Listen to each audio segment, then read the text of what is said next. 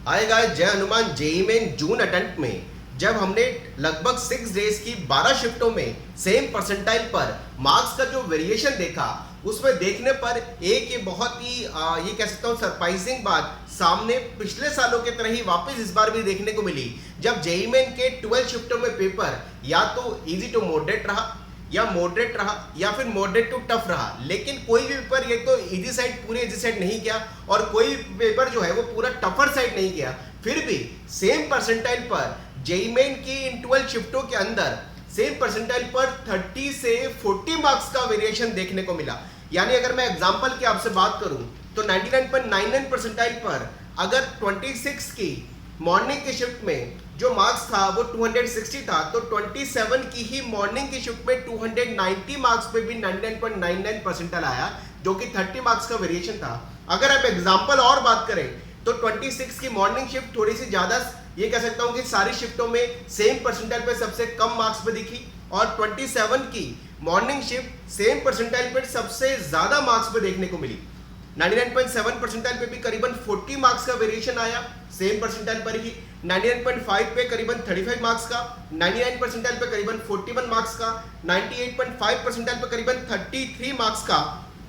और इसी तरीके से 98, 97.5, 97, 96.5, 96 परसेंटाइल पे करीबन 35 मार्क्स के आसपास तक का वेरिएशन देखने को मिला। हालांकि पिछले सालों में भी हमने देखा था, लास्ट ईयर तो हमने एक शिफ्ट में ऐसा भी देखा था, करीबन 55 से 60 मार्क्स का वेरिएशन आया था। उसका लॉजिकली रीजन ये था कि कोई शिफ्ट बहुत इजी साइड में चली गई, कोई शिफ्ट बहुत हायर साइड टफ में चली गई। लेकिन इस बार जो एक्सपेक्टेशन थी कि इजी टू मॉडरेट हुआ, मॉडरेट हुआ, मॉडरेट टू टफ हुआ, लेकिन हायर टफर नहीं गया और हायर इजी नहीं गया, फिर भी वेरिएशन जो है सेम परसेंटाइल पे 35 से 40 मार्क्स का आया। यानी अगर हम इसको क्वेश्चन वाइज बात करें तो 7 to 10 क्वेश्चन के आसपास का वेरिएशन सेम परसेंटाइल पर 7 to 10 क्वेश्चन के आसपास, जो कि 35 से 40 मार्क्स के आसपास फ्लक्चुएट होता है थोड़ा बहुत, तो 7 to 10 क्वेश्चन का भी डिफरेंस देखने को मिला सेम परसेंटाइल पर। अगर हम मार्क्स वेरिएशन की बात करें तो इसका मतलब यह है कि जब भी हम आपसे मार्क्स की रेंज की बात करते हैं, क्योंकि हम समझाते हैं मार्क्स को एग्जैक्ट लेके नहीं बताते, इसलिए हम आपको हर परसेंटाइल पर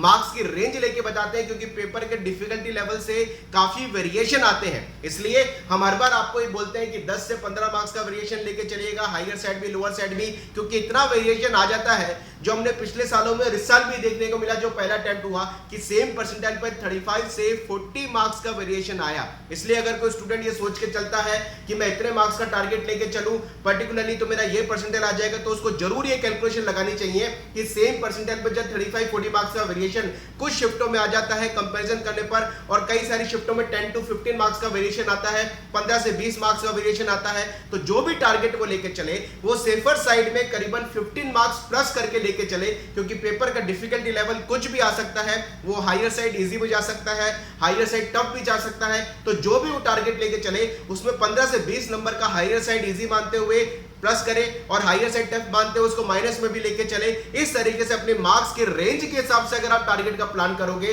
तो आप उसी परसेंटाइल के हिसाब से अपनी अचीवमेंट को नॉक कर पाओगे, एनटीए स्कोर ले पाओगे जो आप टारगेट लेकर के चल रहे हैं। तो आज की वीडियो में इतना ही, मिलते हैं कुछ नए कंटेंट के साथ। Wish you all the best. Jai Hanuman, bye bye, thank you very much.